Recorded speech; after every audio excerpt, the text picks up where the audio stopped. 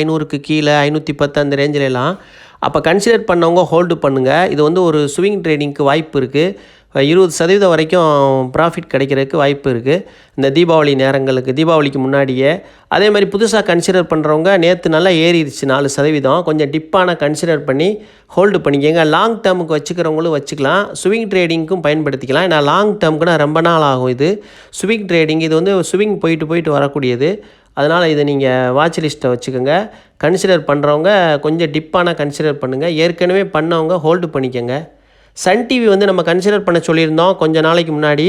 அதை கன்சிடர் பண்ண ப்ரைஸில் தான் அது இருக்குது, அந்த ரேஞ்சில் தான் இருக்குது. கன்சிடர் பண்ணுறவங்க பண்ணிக்கலாம். நீங்களும் யோசித்து சொந்தமாக ஒரு முடிவு எடுங்க. ஏன்னா சன் டிவி வந்து ஒரு ஷார்ட் டேர்மில் ஒரு ப்ராஃபிட் தர்றதுக்கு வாய்ப்பு இருக்குது. ஒரு 10%லேருந்து 20% வரைக்கும் லாபம் தர்றதுக்கு வாய்ப்பு இருக்குது. ஆனால் லாங் டேர்முக்கு நம்ம இப்போ வச்சுக்கிற வேணாம் சன் டிவியை, ஸ்விங் ட்ரேடிங்க்கு மட்டும் வச்சுக்கோங்க. ஏன்னா எலெக்ஷன்லாம் முடியவும் நம்ம லாங் டேர்முக்கு வச்சு வாங்கி ஹோல்டு பண்ணிக்கலாம். இப்போதைக்கு ஷார்ட் டேர்முக்கு வச்சுக்கோங்க, ஸ்விங் ட்ரேடிங்க்கு பயன்படுத்திக்கோங்க. இப்போ இது கன்சிடர் பண்ணுற வேலையில் தான் இருந்துக்கிட்டே இருக்குது ரொம்ப நாளாக. தமிழ் ஸ்டாக் சேனலுக்கு ஆதரவளித்த அனைவருக்கும் மிக்க மிக்க நன்றி.